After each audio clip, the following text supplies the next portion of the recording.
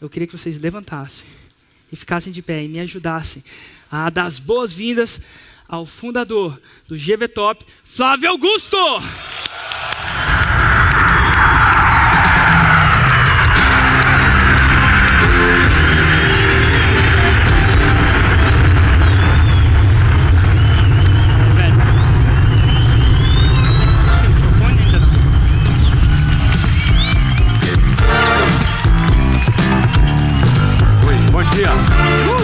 Como vai? Tudo bem? Flávio, antes da gente começar... Obrigado pelo convite, Érico.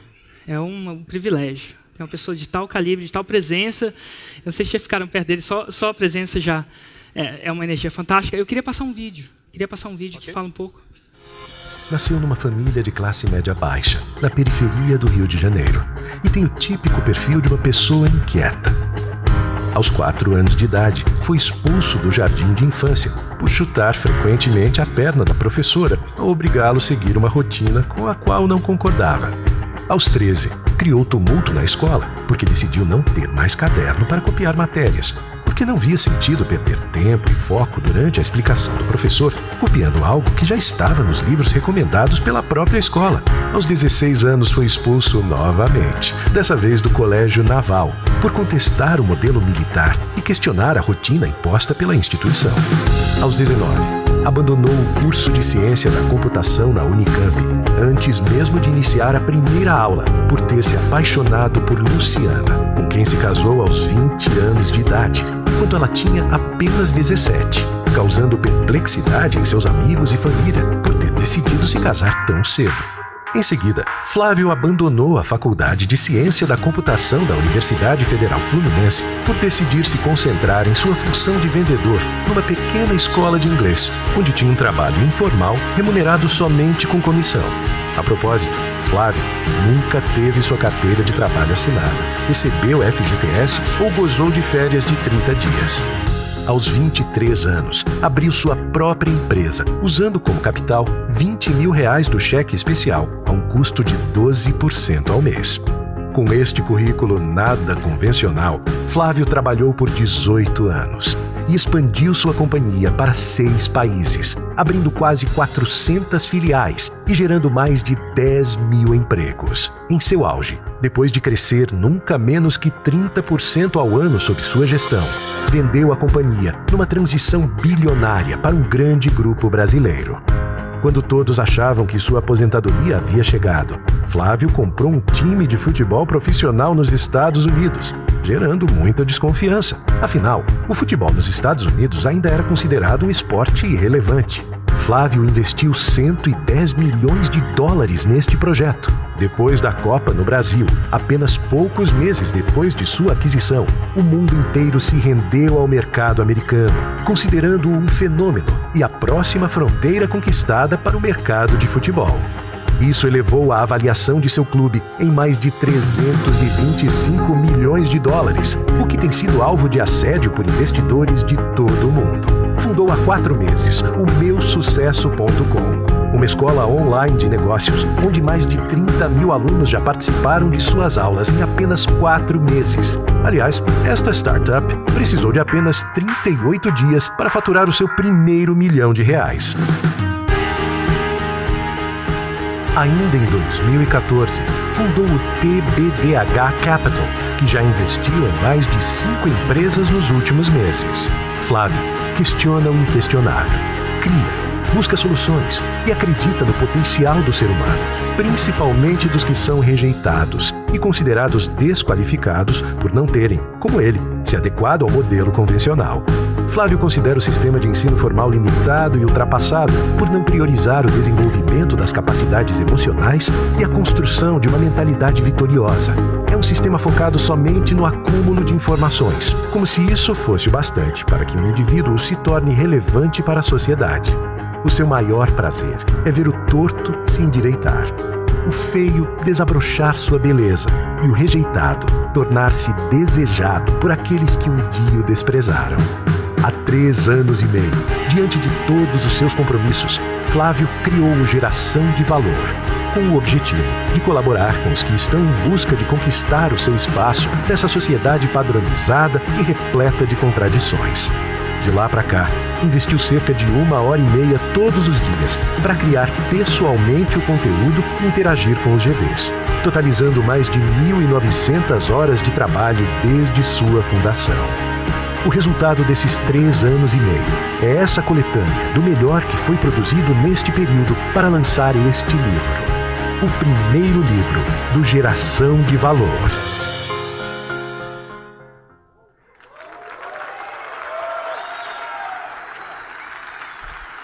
Obrigado pela apresentação. Bom, muito bem. Eu certamente estou falando com um grupo de pessoas que estão bem acima da média, que estão em busca de realizarem os seus projetos, estão em busca de realizarem aquilo que idealizaram, aquilo que acreditam, muitas vezes contra a vontade de outras pessoas ou contra o apoio de outras pessoas, mas que em algum momento decidiu apostar que é capaz de realizar o seu próprio projeto e quer desbravar, como um empreendedor, uma oportunidade de construir a sua própria história.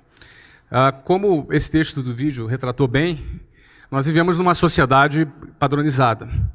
E qualquer iniciativa, qualquer tentativa de sair do padrão, onde grande parte das pessoas são catequizadas a seguirem esse padrão, ela nunca é uma iniciativa que vai ser bem vista ou muitas vezes apoiada por muitas pessoas.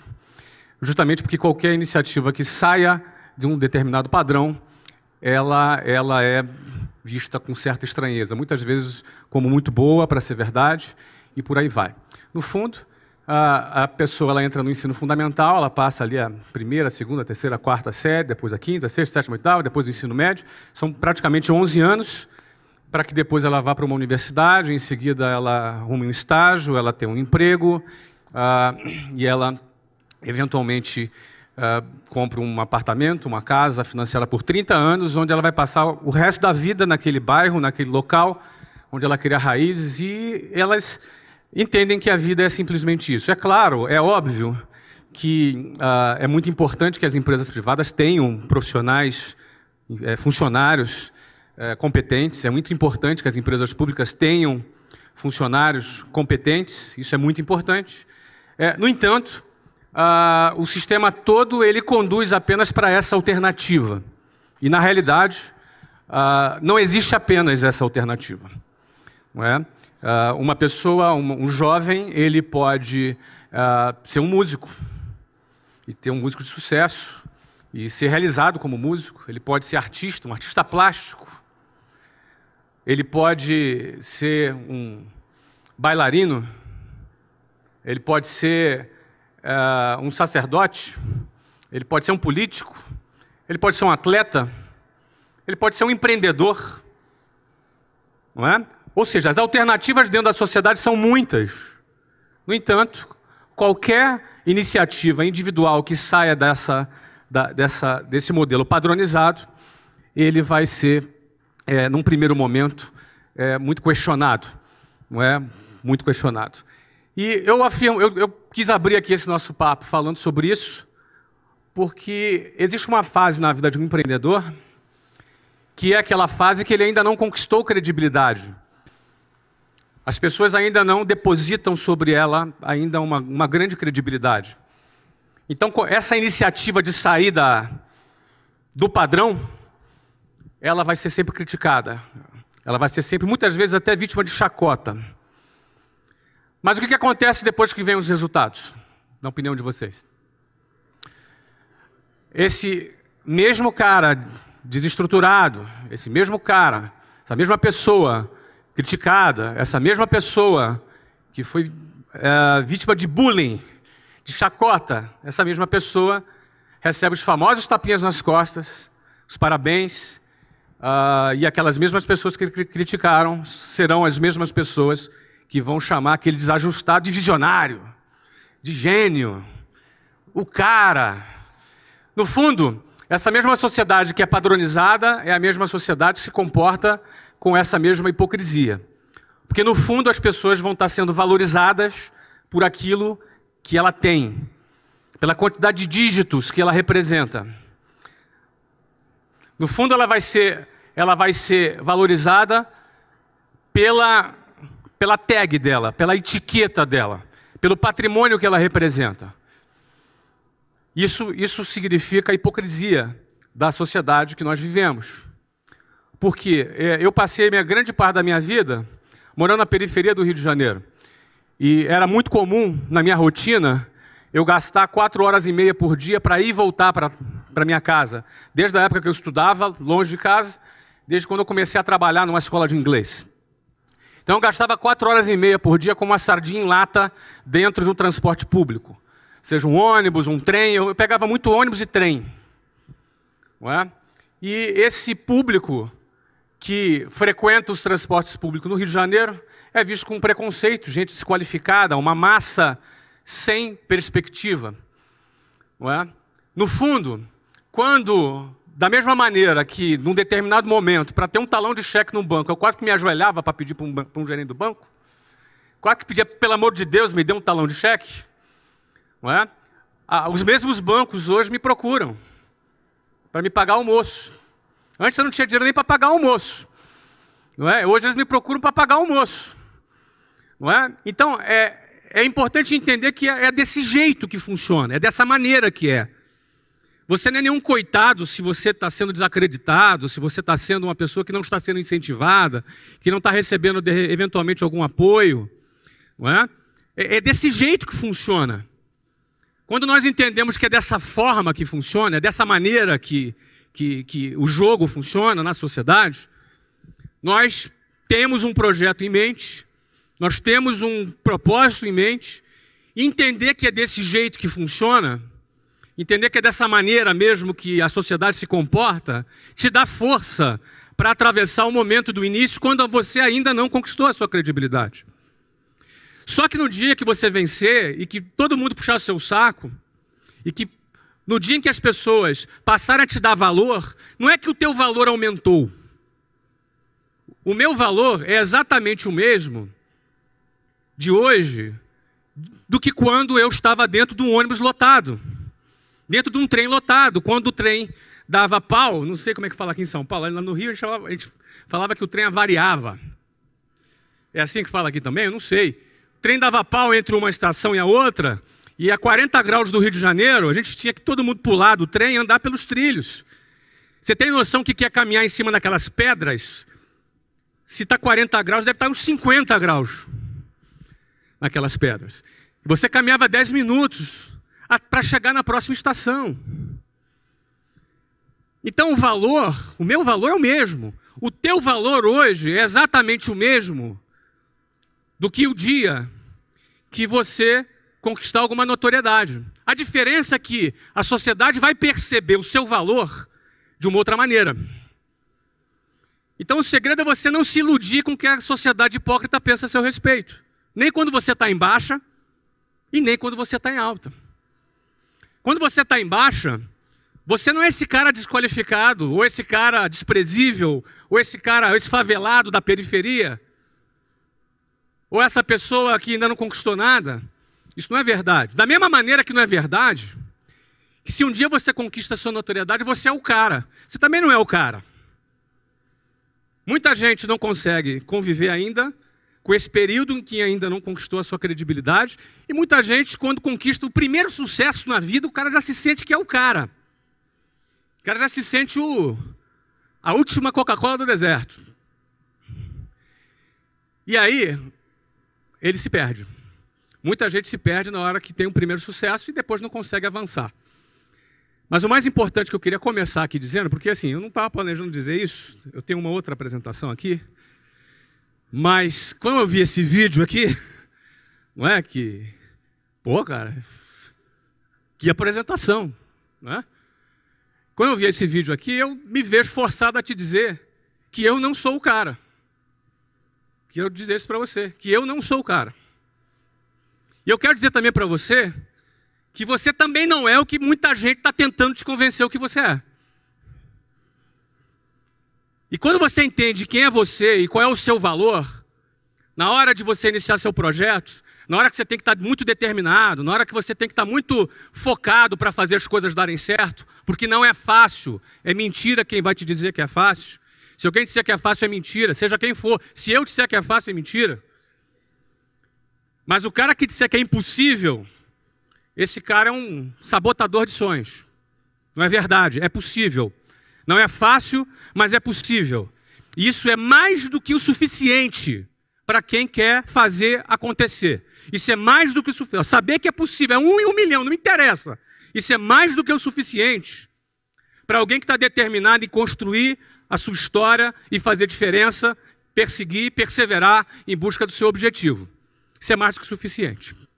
Então, nada disso estava programado, eu queria fazer apenas essa introdução para falar um pouco aqui da minha trajetória, um pouco muito do que está naquele vídeo, sob o ponto de vista do que eu entendo serem os 3 pilares fundamentais para o empreendedorismo.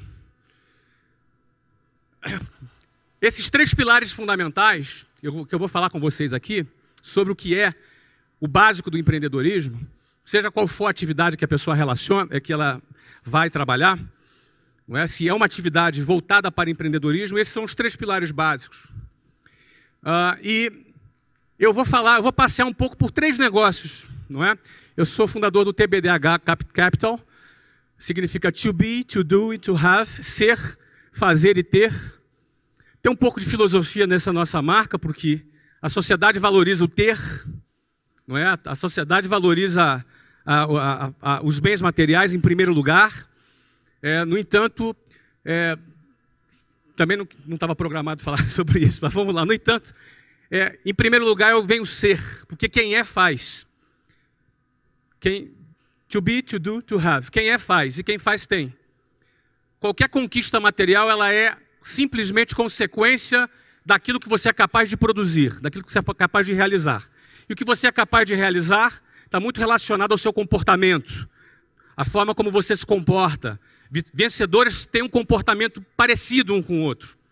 E o seu comportamento é resultado da tua maneira de pensar, seu padrão de pensamento, o seu modelo mental.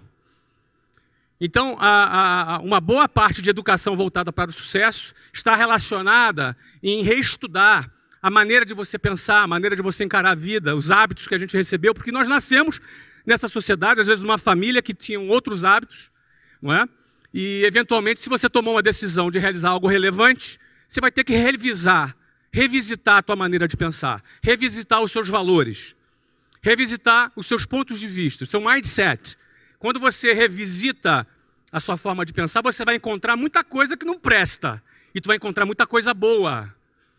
E é importante encontrar, pô, isso aqui não está legal, isso aqui não é pensamento de vitorioso, isso aqui é pensamento de perdedor. Vocês concordam que existe pensamentos de vitória e pensamentos de derrota? Vocês concordam comigo? Então, você vai ter que revisitar os seus valores, você vai ter que revisitar os seus conceitos, e isso vai alterar o seu comportamento. Se você muda teu ponto de vista sobre determinado ponto, você também, por consequência, vai mudar o seu comportamento sobre esse assunto. Quando você muda o seu comportamento, você vai encarar as adversidades de uma outra maneira. E a sua chance de alcançar maiores resultados aumenta significativamente. Então, isso é o que está ali na nossa marca. To be, to do e to have. Em primeiro lugar, o ser. Quem trabalha para ter, pode até ter alguma coisa, mas vai ter pouco. Quem trabalha para ter, eventualmente vai conquistar alguma coisa, mas vai conquistar muito pouquinho. Agora, quem é, faz. E quem faz, por consequência, tem. E o valor dele não está naquilo que ele tem. É um pobre miserável, alguém que acha que o seu valor está ligado naquilo que tem.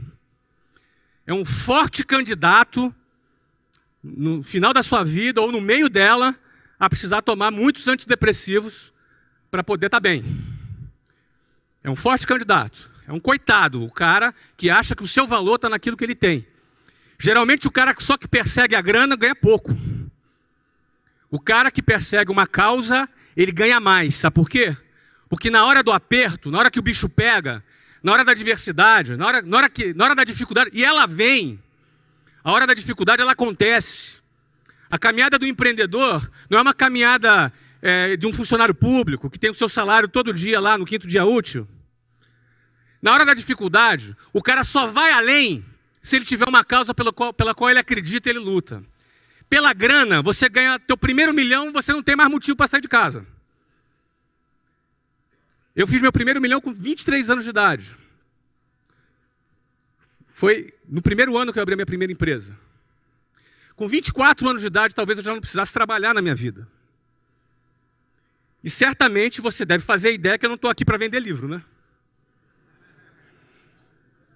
Eu vou vender um monte de livro. Não sei se vocês já avisaram para vocês aqui, né? Vou vender um monte de livro, né? Alguns de vocês vão comprar. Se não, quase todos. E é muito interessante que eu gosto de vender livro quando você doa 100% dos seus direitos para o Instituto de Geração de Valor. Aí você vende livro com mais pegada, né? A pegada para você vender quando você tem uma causa é outra. A pegada para tu vender quando você está envolvido num propósito é outra. Você não precisa de subterfúgio, você entendeu? Você vende e, cara, aí tá todo mundo batendo palma ainda, porque você vende, ó, bate palma aí, vai lá. Viu? Essa é a diferença quando o teu olho está na grana e quando o teu olho está numa causa. Essa é a diferença. Pouca gente entende isso. Por isso que o Brasil só tem 124 bilionários. Pouca gente entende isso. Bom, eu quero falar sobre visão, coragem e competência. Não tem imagem mais clichê do que a da águia. Não tem. Mas eu escolhi ela porque também não tem uma outra que vai representar essas 3 coisas que eu quero falar. Visão, coragem e competência, na minha avaliação, são os 3 pilares do empreendedorismo. Para você vencer como empreendedor, você não vai precisar só de visão, coragem e competência, não. Você vai precisar de, talvez, dependendo da sua área, dependendo do seu setor, você vai precisar de outras coisas também. Alguém? Ah, tem água aqui. Você vai precisar de outras coisas também. Agora, visão, coragem e competência. Se você não tiver uma dessas 3 coisas, não é possível você ser bem-sucedido como empreendedor. Dependendo da área, vai ter um fator técnico muito grande, fator político, talvez, dependendo do setor. Mas, certamente, visão, coragem e competência são o que eu chamo dos 3 elementos básicos do empreendedorismo. O que é a visão? Visão é sonhar acordado. Tá? Visão é uma imagem que o seu cérebro cria, que você projeta, onde você está enxergando, você passa a identificar uma oportunidade, você passa a identificar alguma coisa que ninguém percebeu ainda, mas que você enxerga que daqui a pouco vão perceber. E que quando perceberem, não só você percebeu primeiro, quanto você já está na frente. Isso é visão. Visão é enxergar a tendência antes que ela se concretize. É muito comum aquela frase: eu não sou nem otimista e nem pessimista. Eu sou realista. Falei igual carioca agora, né? É muito comum essa frase. Quem já ouviu essa frase aí? Pois é. Os realistas são muito importantes. Não é? São muito importantes para a sociedade. Porque são eles que compram os nossos produtos. Os otimistas, às vezes eles são meio estrambelhados, assim. Sabe? Às vezes eles saem muito à frente. Não é ruim ser otimista, não, mas só ser otimista não é suficiente. Bom, o pessimista eu não vou nem comentar. Mas o melhor de tudo é ser visionário. Visionário é quando você se posiciona e você vai questionar. O cara que enxerga é o cara que questiona. O cara que não questiona é o cara que aceita, segue a boiada, simplesmente, segue o fluxo. Ele aceita, ele não questiona, ele copia a matéria mesmo estando num livro. Não se ofenda se você copiava a matéria. É um exemplo só. Ele faz uma coisa porque todo mundo faz. Não, eu copio porque eu fixo melhor. Tá bom. Aí o que acontece? Ele faz porque todo mundo faz. Ele não questiona. Agora, quando você questiona, você corre de ser expulso da escola. É verdade. Mas quando você questiona, você também se coloca numa posição de enxergar alguma coisa que não tem ninguém trabalhando para enxergar. Você vai começar a enxergar aquilo que ninguém vê. Certo? Então a visão é fundamental. Então, por exemplo, já comprou o livro, parabéns. Tá, mas... Bom, e aí o que acontece? Comprou 5 ou 1 só? Bom, o que acontece? A visão, ela é importante. Agora, o cara enxergou oportunidade. O cara enxergou assim, pô, cara, a internet chegou, tem mais de 100 milhões de consumidores no Brasil de internet, uma oportunidade incrível para se realizar negócios na internet. Ninguém percebeu ainda. O varejo ainda trabalha com altos custos operacionais. Eu tenho a possibilidade de desenvolver uma metodologia para vender o meu produto. Bom, ele tem que ter essa visão, concorda? E ele, pô, a maioria não enxergou isso ainda. Ótimo. Agora, só a visão funciona? Além da visão, ele precisa ter o quê? Ele precisa ter coragem. Se você tem uma visão, uma ideia, um projeto, mas não tem a coragem, sua ideia vai ficar na gaveta. E aí você vai ter que conviver com aquela situação. 3 anos depois, quase que eu fiz isso aí. Poxa, ia ser legal, né? Porque você não teve coragem. Só ter a visão não adianta. O cara teve a visão, agora ele precisa se mover. Ele precisa ter a coragem. Ele precisa enfiar a mão no bolso. Ele precisa correr algum risco. O que é coragem? Fui para o dicionário. A coragem ela é firmeza de ânimo ante o perigo, os reveses e os sofrimentos. O cara que tem coragem, ele se move sabendo que ele corre o risco de ter reveses, que são perdas, e ter sofrimentos. O cara que não tem coragem, ele enxerga a possibilidade dele ter esses problemas, e aquilo é suficiente para o cara parar. Porque o medo é parte natural do ser humano. Todos nós sentimos medo. Eu sinto medo. Você sente medo. E que bom que a gente sente medo, porque o medo é parte, inclusive, da nossa sobrevivência. Não é? A criança, quando é muito novinha, não tem noção do perigo, ela não tem medo. Você tem que estar de olho. Tem um filho de 4 anos, tem que estar de olho nele o tempo inteiro. Agora menos um pouco, mas quando tinha 2, então, o tempo inteiro de olho nele. Certo? Então o medo, ele faz parte. Agora, o que você faz com o medo? Quando você sente o medo? Como é que você reage ao medo? Uns enfrentam o medo. Porque a visão dele não é uma coisa louca. Não, eu vou fazer, porque não é uma coisa inconsequente. Ele tem a visão. Mas o que faz ele se mover? Ele tem que enfrentar o medo. Enquanto outros se acovardam diante do medo. O medo só gera esses 2 tipos de reação. Ou a coragem ou a covardia. Qual dos 2 sentimentos é o sentimento do vitorioso e qual o sentimento do perdedor? Não precisa responder, já sei que você sabe. Então é parte da vida do empreendedor que deu certo. Em algum momento, todo negócio que deu certo é resultado de uma decisão corajosa. Todo negócio que deu certo, todo cara bem-sucedido, todo cara que fez acontecer, em algum momento ele tomou uma decisão corajosa. Nada é natural, nada acontece. Nada rolou. Deixa rolar. Deixa a vida me levar. Não, nada disso. Tudo é resultado de uma decisão corajosa em que alguém pegou na espada e no escudo e foi para o campo de batalha e fez acontecer. É assim que funciona. Bom, aí esse cara teve visão, teve coragem. Só que na hora de pôr em prática, ele precisa ter o quê? Ele precisa ter competência. Não adianta o cara ser esforçado e querer trabalhar com marketing digital e não saber nem ligar um computador, concorda comigo? Na hora da competência, o que o cara tem que fazer? Ele tem que saber fazer o que ele tem que fazer. Eu trabalhei com curso de inglês. Quando eu abri o meu negócio de curso de inglês, o que aconteceu? Eu já tinha 4 anos de experiência com uma rede de escolas de inglês. Então é fundamental o cara ter a competência, certo? Então a competência é principal. E muitas empresas quebram nessa hora. Porque na hora de botar a mão na massa, o cara acha que empreender é ficar no ar-condicionado só.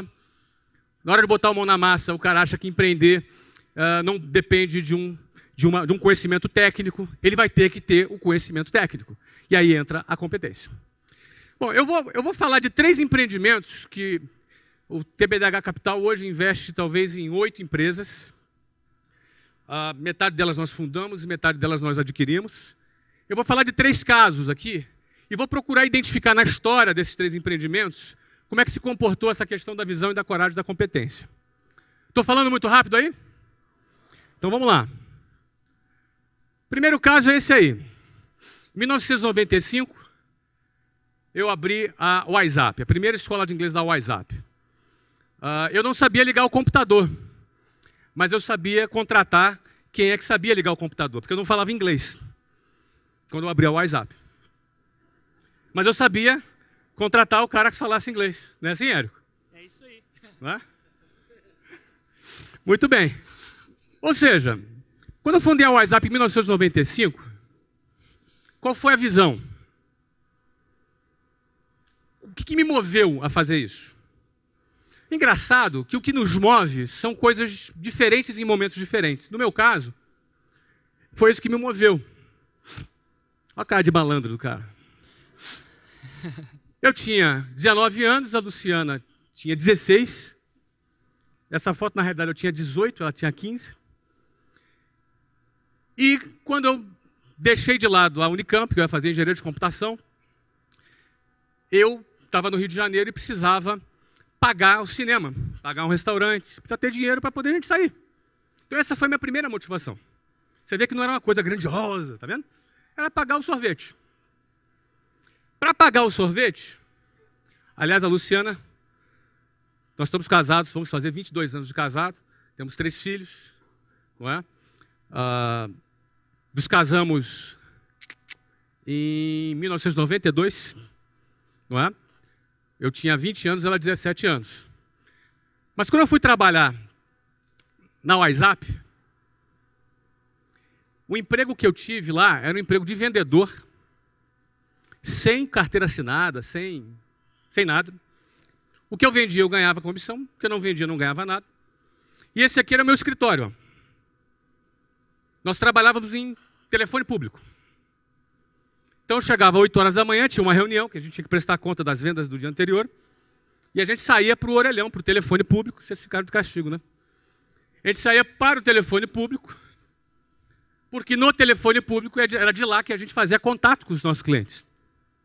Naquela ocasião, telefone custava, acho que, $3.000 um telefone. Cada linha.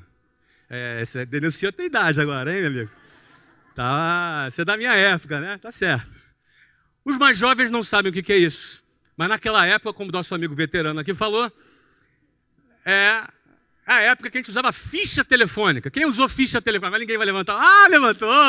Tá bom. Ficha telefônica. Então eu tinha uma técnica. A minha técnica era a seguinte, olha, eu chegava no orelhão, eu pegava a minha munição de ficha telefônica, eu fazia umas 10 pilhas em cima do telefone público, quando apareceu uma pessoa na fila atrás, ela olhava aquela quantidade de fila e ia procurar outra. Então eu ficava tranquilo no meu escritório. Só que eu não era bobo, né? O meu escritório era no Santos Dumont, no Rio de Janeiro. Então era bacana que eu falava com o cliente, aí dava assim, ping-dong, voo para São Paulo. Ou seja, ficava um negócio chique pra caramba, entendeu? Ah, desculpa, chamou o voo aqui, tal.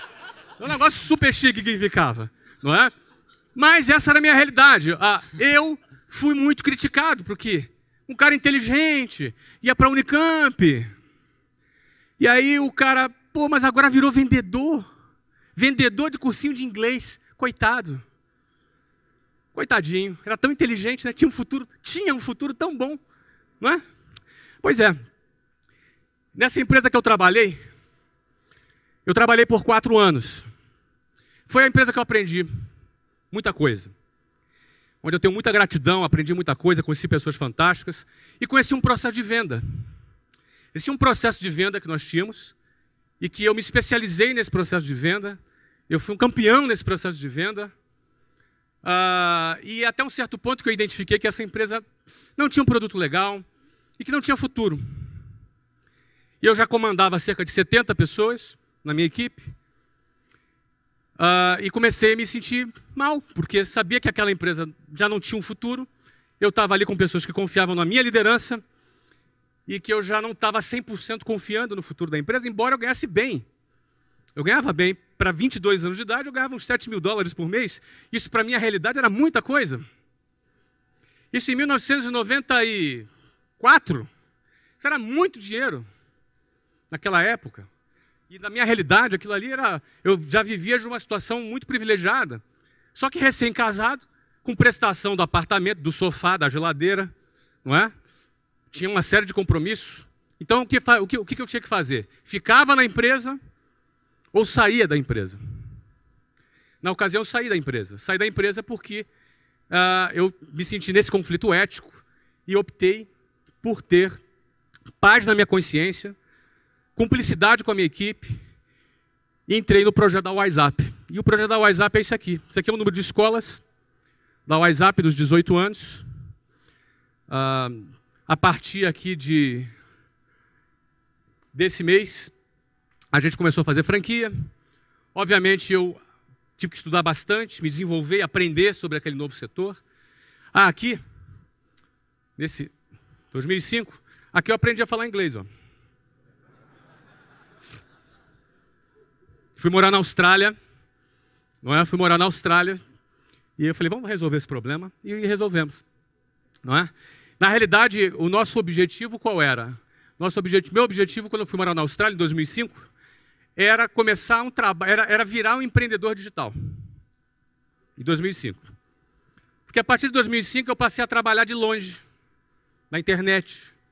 Porque eu tinha escolas. Só que da Austrália, eu passei a morar na Austrália, viajava uma vez a cada 2 meses para o Brasil e tocava o negócio à distância.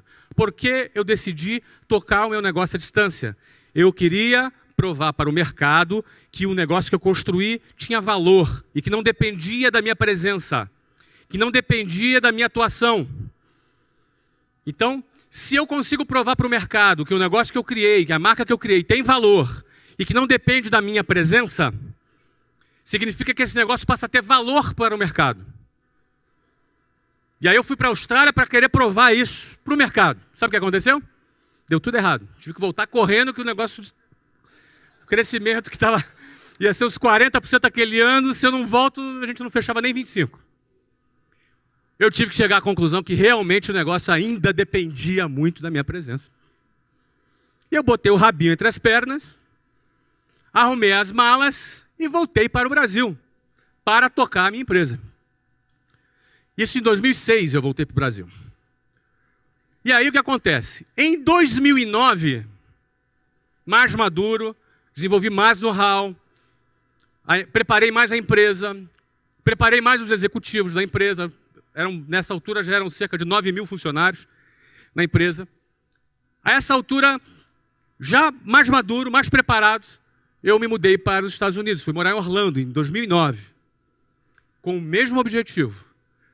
A empresa precisa mostrar que é uma empresa que tem valor, que ela não depende do meu trabalho direto.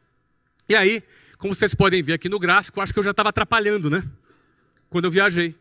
O negócio passou a crescer 50% ao ano, quando nós vendemos a companhia, em 2013, para um grande grupo brasileiro. Tá? Uma das maiores transações do setor de educação, talvez uma das 3 maiores transações do setor de educação da história, que foi feita essa venda em 2013. Não é? Quando eu vendi esse negócio, ou seja, eu tive a visão de que o inglês seria um idioma que seria importante no futuro, porque na década de 90 o inglês não era lá tão... era recomendável. Hoje o inglês se tornou uma coisa importante, super importante. Essa foi a visão. A coragem foi de eu pedir demissão e sair e entrar. E a competência foi a execução desse processo em 18 anos. Morando nos Estados Unidos, em 2009, meu filho, que tinha 9 anos nessa época, começou a jogar futebol. E ele é bom de bola. Aliás, hoje ele joga no Benfica, na base do Benfica. Hoje ele tem 14 anos. E lá nos Estados Unidos, ele começou a jogar futebol. E começou a se destacar. E aí eu arrumei um emprego. Emprego de motorista de jogador de futebol. Eu viajava todos os fins de semana com o Breno para participar dos torneios espalhados pela Flórida. O que eu comecei a ver lá? Comecei a enxergar lá. Qual foi a minha visão lá? Comecei a enxergar o seguinte. Um monte de criança, um monte de adolescentes, um monte de pais. Num torneio, milhares de crianças jogando futebol. Isso estava fora do meu radar. Estava fora da minha intuição. Minha intuição dizia que eu ia encontrar lá beisebol, basquetebol, futebol americano, mas não aquela audiência do futebol. Eu fiquei um pouco incomodado com aquilo. Eu falei, como é que pode isso? Por que é isso? Não é? Aí fui comprar uma pesquisa. A pesquisa que eu comprei mostrou isso aqui. Os Estados Unidos têm 24 milhões de pessoas praticando futebol. Você sabe qual é o esporte mais praticado nos Estados Unidos hoje? Futebol. Está no teu radar isso? Nem no meu estava. Em 2011, quando eu peguei essa pesquisa, não estava no meu radar. Não estava no radar do mercado. Não estava no radar dos patrocinadores. Não estava no radar da imprensa especializada.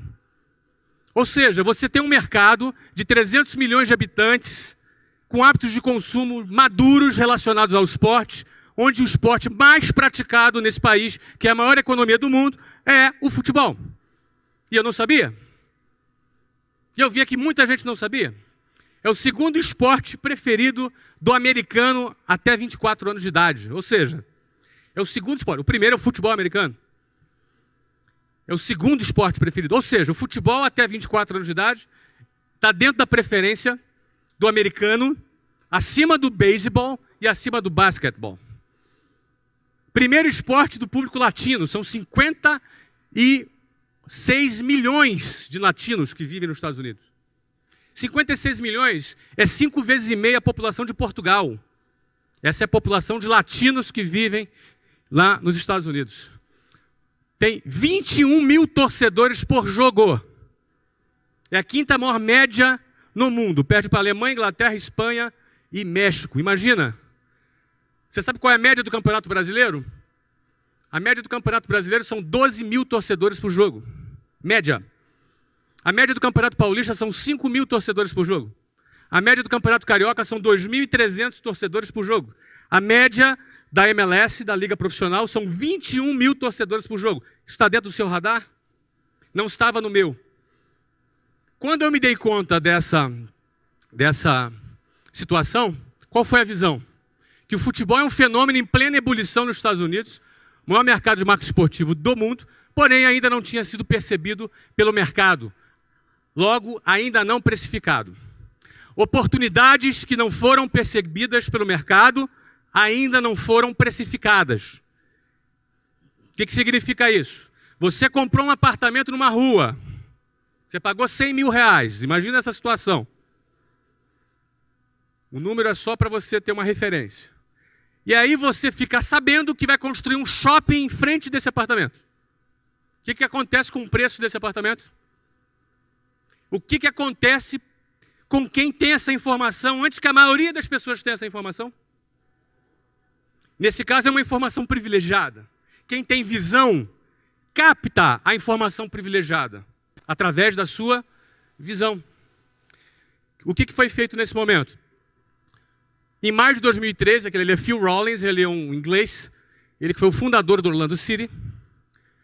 Eu comprei o Orlando City por 110 milhões de dólares. Esse investimento inclui a construção de um estádio. Naquele momento, eu ouvi um dos adjetivos que eu mais gosto de ouvir. Qual é? Ei, cara. Poxa, se faz muito tempo que não te chamo de louco, provavelmente você está errando em alguma coisa.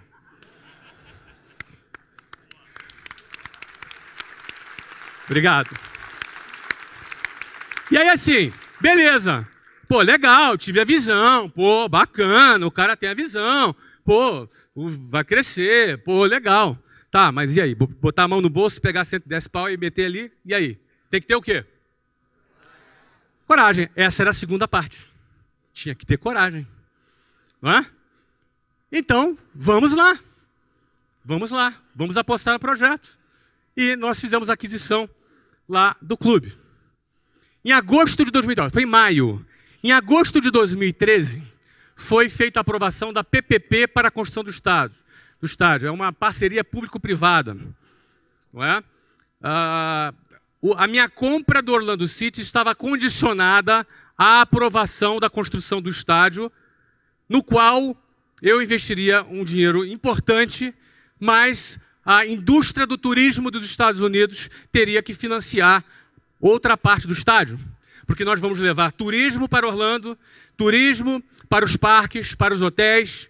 Ou seja, começou a maratona de convencimento com os diretores dos parques, dos hotéis, de toda a indústria de turismo relacionada, que tem um órgão que eu não me lembro o nome, que ele teria que recomendar a construção do estádio para o prefeito da cidade e o prefeito do condado, que iria numa votação popular, iria aprovar ou não se a cidade ia fazer esse investimento. Ou seja, eu ia bancar mais de metade do preço do estádio. A indústria do turismo, que seria beneficiada pelo projeto, além da geração de empregos, ia bancar a outra metade do estádio com dinheiro. Sabe aquele dinheiro que você paga no hotel, aquele FII, quando você paga na diária? É esse dinheiro. Não é dinheiro de imposto, de contribuinte, é dinheiro do turista, que é destinado à construção de arenas. Não é? E em agosto de 2013, houve a aprovação da construção do nosso estádio. Um estádio de orçamento de 110 milhões de dólares, curiosamente o mesmo valor, não é? Ou seja, o investimento total do Orlando City é de 220 milhões de dólares, entre estádio e clube.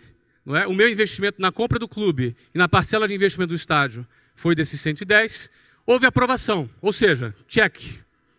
Significa dizer que a primeira condição para que valesse o contrato, que você assina um MOU, não sei se vocês estão familiarizados, é uma carta de intenção. Não é? Eu assinei a compra condicionada à aprovação do estádio e a nossa entrada na MLS. Ok? Em novembro de 2013, essa foto, eu com cara de maluco, é ótimo. Mas essa foto retrata um pouco o que significou aquele momento. Não é? Aqui é o governador da Flórida, prefeito de Orlando, politicaiada toda ali para aparecer na foto, eles gostam de fotos. Não é? Ali o commissioner da MLS, que é tipo... A MLS é a principal liga americana, e ali o Phil Rawlins, o fundador. Nós ali fomos nomeados, com milhares de torcedores ali presentes, a nova equipe que participa da elite do futebol dos Estados Unidos e do Canadá, que é a Major League Soccer, a MLS. Okay? Então, nesse dia, foram cumpridas todas as condições. Construção do estádio e a nossa entrada na MLS. Em fevereiro de 2014, tivemos uma nova aprovação. Isso aqui é no condado, a aprovação do upgrade do estádio. Ou seja, nosso estádio, estádio de alto nível, campeão, super moderno, não vai atrasar e não tem superfaturamento.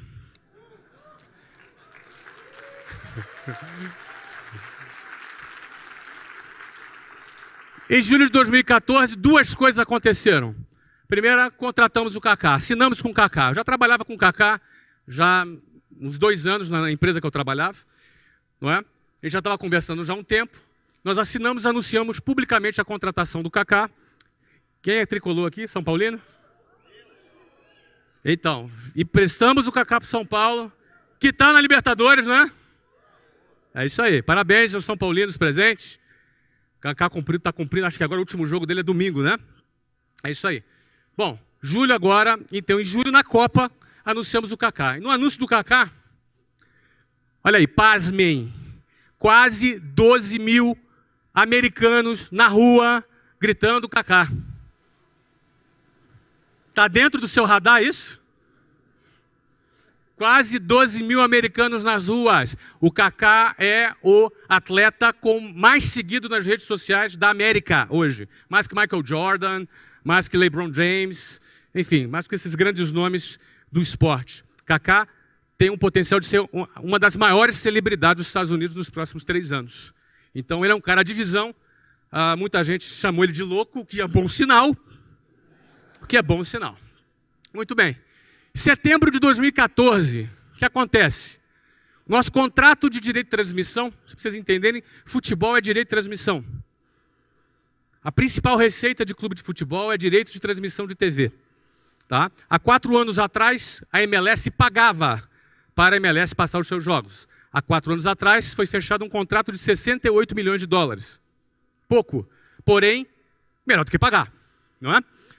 Esse contrato vence agora, em 31 de dezembro de 2014. Já foi renovado. O próximo contrato, cuja vigência começa agora em 2015, já foi assinado no valor de 1,1 bilhão de dólares. Isso depois do que a gente já tinha entrado, né?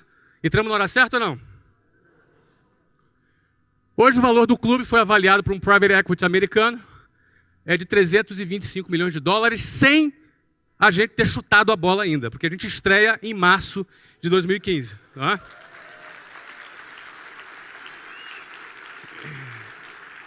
Obrigado.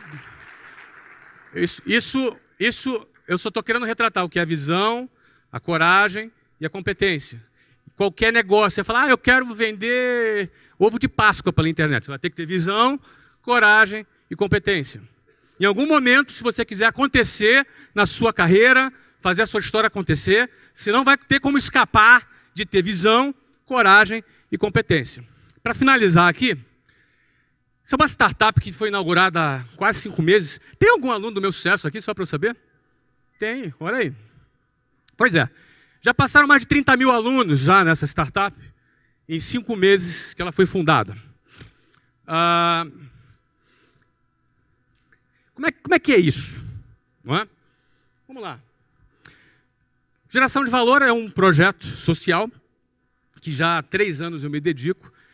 Eu já gastei 1.900 horas nesse projeto, produzindo conteúdo, escrevendo, produzindo vídeos. Não é? É um projeto que eu respeito muito. É um projeto que eu trato com muito carinho. Acho que um dia só, em 3 anos e meio, eu não postei alguma coisa no Geração de Valor. Tomei um monte de bronca. Não é? Os caras me dão bronca, você ganha um monte de chefe. Tem 2.330 e poucos mil chefes lá. Não é? Então, é um projeto que tem um alcance médio de 10 milhões de pessoas por semana. Eu falo com 10 milhões de pessoas por semana. 10 milhões de pessoas por semana leem o que eu escrevo, o que eu gravo, o que eu falo. Não é? Então, realmente é um projeto que atinge um tamanho que para mim é inimaginável. Eu não imaginava, é um negócio gigante. Isso é só mais uma evidência do potencial da internet.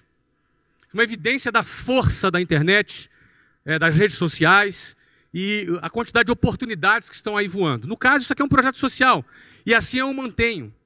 Não é? Por isso que eu escrevi o livro do GV, eu doei 100%, porque eu não quero ganhar dinheiro disso aqui. Isso aqui é uma coisa que eu não vou ganhar dinheiro. Por mais que eu seja tentado. Né? Não vou ganhar dinheiro nisso, não quero. Agora, é óbvio, o resultado do sucesso de Geração de Valor, de certa forma, validou uma série de coisas a meu respeito. E de uma maneira, mesmo que eu não estivesse esperando, eu não sei, esse período foi um dos períodos que eu mais ganhei dinheiro. Por isso que eu falo. Não é? Geralmente o cara que trabalha para ganhar dinheiro, geralmente se ganhar, vai ganhar pouco. E se o cara trabalha por uma causa, ele vai chegar mais longe. Trabalhar por uma causa, trabalhando por uma causa, você vai chegar mais longe. Tá? Então, Geração de Valor é uma causa que eu abracei. Tendo contato com essa turma aí, e eu vi aqui que vários aqui são seguidores da página, tendo contato com essa turma, eu comecei a detectar algumas questões que entrou a minha visão. Não é? Primeiro, as pessoas ficavam motivadas com o que eu falava, mas muitas não sabiam o que fazer. Então, talvez 1 ou 2% das pessoas conseguiam pegar o limão que eu distribuía e fazer uma limonada com aquele limão. Talvez 30%, 40% pegava aquele limão, ficava com aquele limão na mão e falava assim, e agora? O que eu faço? Não é? Num primeiro momento eu fiquei um pouco frustrado. Falei, pô, será que o que eu estou fazendo vale a pena? Será que eu estou perdendo tempo? Mas rapidinho eu já cheguei à conclusão que se uma única pessoa foi inspirada, se uma única pessoa foi encorajada, já é suficiente para valer a pena 1h30 que eu dedico voluntariamente para esse projeto todos os dias. Então já me resolvi. Tá, mas e o que fazer com aqueles outros 30% e 40% de pessoas que depositam a sua confiança na minha liderança, de alguma maneira, num conteúdo que eu produzo? O que fazer? Bom, para resolver esse problema, a gente tem que criar uma empresa, é uma coisa profissional, que vai realizar um trabalho profissional para atender essas pessoas. Então, o sistema de ensino formal é ineficiente. Essa é a visão. E com essa visão, o que nós vamos fazer? Nós criamos uma plataforma que ajuda a pessoa a empreender. Como é que nós trabalhamos isso? Nós entendemos que os melhores professores para ensinar alguém a empreender é um empreendedor. Alguém que deu certo. Não adianta você ir para uma escola de negócios e ouvir um professor falando teoria. Isso vai te ajudar um pouquinho, porque aquela teoria também é importante. Mas ela não é suficiente. Então, o melhor exemplo e a melhor influência para quem quer empreender é ser influenciado e ensinado por quem empreendeu e deu certo. Esse cara tem autoridade para falar. Esse cara tem legitimidade para falar de sucesso. Ele não fala de sucesso como quem leu num livro. Ele não fala de realizar um projeto como quem escutou alguém falar. Ele viveu. Logo, ele tem legitimidade para falar sobre aquele assunto. A base metodológica do meusucesso.com é assim. Nós pegamos empreendedores de sucesso, grandes empreendedores. Por enquanto, já fizemos 4 estudos de caso. O primeiro foi o meu, foi o Cobaia. Não é? Primeiro foi o meu, depois foi o Ari Kozer, que foi o fundador da churrascaria Fogo do Chão. Foi vendida por 800 milhões de reais. O terceiro foi o Geraldo Rufino. O cara foi catador de lixo e tem uma empresa que fatura hoje 50 milhões por ano. É a JR Diesel. O cara simpaticíssimo. O quarto está sendo o Eloy Dávila. Foi garoto de rua, morou na rua e hoje é proprietário da Flytour, que fatura 4 bilhões por ano. Tá? O próximo vou contar aqui, é segredo. Pode contar, Sandro? Não, o Sandro não vai deixar eu contar, não. Posso? Tá, o Sandro deixou eu contar. O Sandro é o CEO. Balança a mão. Quem conhece o Sandro aí? Olha aí. Olha o Sandro ali atrás. O próximo vai ser o... É Shiba, né? Robson Shiba é o fundador da China Box. Não é? Nós vamos contar a história dessa rede que vale bilhões já também. Não é? O que a gente faz? A gente produz um documentário sobre a vida do cara. Então, o que nos interessa? Qual é o padrão mental daquele cara? Como é que ele pensa? Onde ele nasceu? Como é que a mãe dele tratava ele? Como é que era o esquema? Como é que a irmã pensa? O que o vizinho pensa? A gente vai fazer um documentário em formato cinematográfico da vida do cara. A gente vai fazer um documentário sobre a vida dele. E a gente produz aí, acho que... 2 horas, é quase um longa-metragem, não é? De documentário sobre a vida do cara. Depois de produzir o documentário da vida dele, a gente leva ele para o estúdio, onde o Sandro vai entrevistá-lo num talk show. Nesse talk show a gente vai virar o cara do avesso, a gente vai arrancar... O cara não vai escapar das nossas perguntas, entendeu? Não vai escapar, a gente vai perguntar tudo para o cara, tudo aquilo que ele não responderia, ele não tem escapatória. Porque a gente quer saber qual é o padrão mental desse cara que saiu do zero e construiu um negócio bilionário. No meio dessa conversa, nós vamos identificar dificuldades que ele teve, inovações que ele criou. E aí o que nós vamos fazer? Trazemos os melhores professores das escolas de negócio para dar aula técnica sobre aquele assunto. Então, se o cara teve uma dificuldade de fluxo de caixa, por exemplo, nós vamos dar uma aula de finanças com base na experiência prática daquele empreendedor. Ou seja, a gente conecta o inspiracional, porque você se inspira com a história desses caras, o aspiracional, porque você quer chegar lá também, e o técnico. Você precisa também do conhecimento técnico que a gente pode ali oferecer. Não adianta só a boa vontade. Você precisa aprender a vender, você precisa aprender a gerir fluxo de caixa, você precisa saber gerir uma série de questões se você quer construir um negócio. Não é? Então, a plataforma, ela trabalha com essa metodologia. E, além disso, a gente promove networking, através de vários eventos que a gente realiza, espalhados pelo Brasil, e também uma rede social onde as pessoas estão conectadas. Não é? Então, essa foi a visão. Nós faturamos 1 milhão em 38 dias. O que significa isso? Isso é um investimento alto. É praticamente uma emissora de TV que nós montamos ali na Vila Olímpia. E nesse momento nós não temos área de vendas. Nesse momento nós não temos nenhum processo de venda. Nenhum funil de venda. Nesse momento nós estamos trabalhando no ajuste do produto. Nós estamos trabalhando na excelência do produto. Nós estamos trabalhando para construir o primeiro portfólio de empreendedores sobre os quais fizemos um estudo de caso. Nós vamos iniciar o nosso processo de venda em janeiro de 2015. Ainda assim, mais de 30 mil alunos passaram pelas nossas salas de aulas e faturou 1 milhão de reais em 38 dias. Quais são os planos para esse projeto? São 50 mil, são simples. 50 mil assinantes no primeiro ano, 100 mil assinantes no segundo, 150 mil assinantes no terceiro. Baseado em que eu afirmo isso? Em todo o processo de venda sobre o qual eu domino, já conheço, trabalhei por 18 anos na empresa que eu construí. Não é? E baseado em processos, obviamente, como estamos falando aqui de um negócio digital, em processos de marketing digital. Isso elevará o valor dessa empresa em R$1 bilhão. Hoje, o meu sucesso.com, com 5 meses, está avaliado em 40 milhões de reais e já nós aceitamos a entrada de um investidor nesse preço.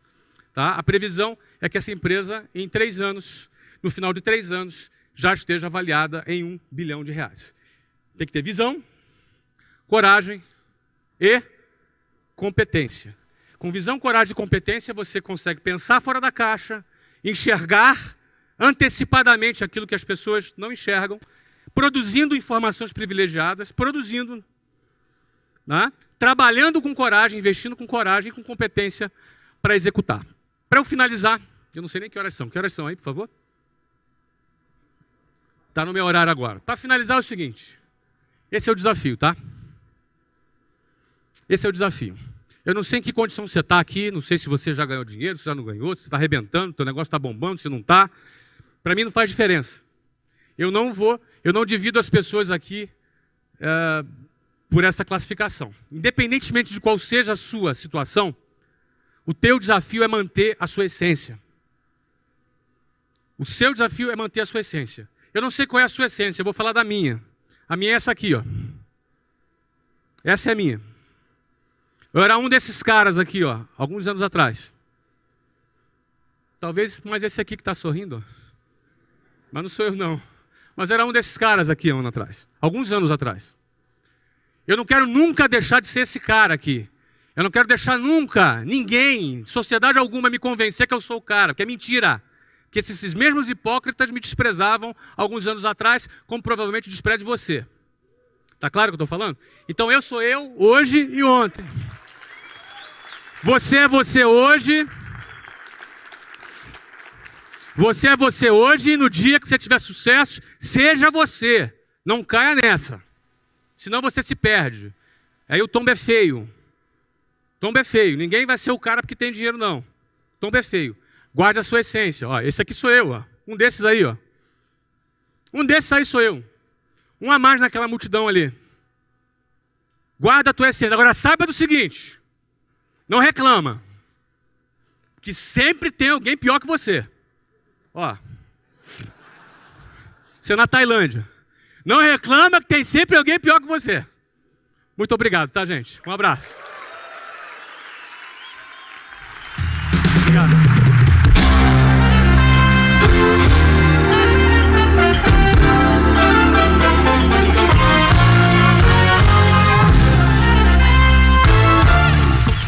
Muito obrigado pelo carinho, gente.